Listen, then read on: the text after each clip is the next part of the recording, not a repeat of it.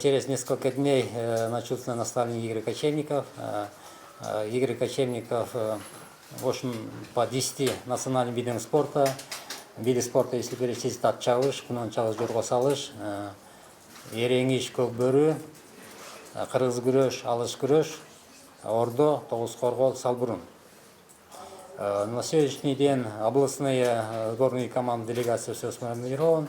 После обеда мы начнем работу мандатной комиссии. После как пройдет мандатная комиссия, 16 числа с утра уже мероприятие начнем.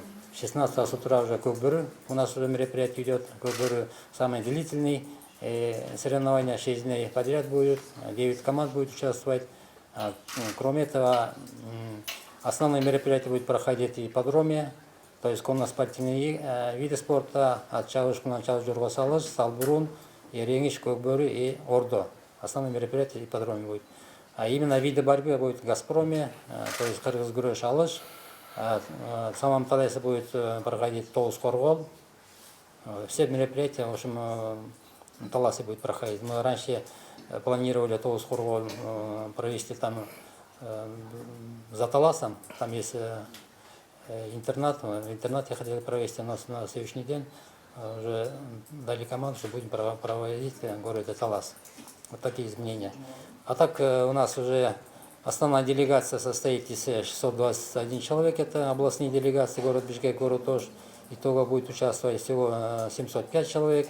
На эти соревнования будет обслуживать 63 судьи. Судьи национальной категории, судьи международной категории. По видам спорта уже определен. Кроме этого будет лошадей, примерно 200 лошадей будет. На сегодняшний день участие и проведение этих спортивных мероприятий мы готовы.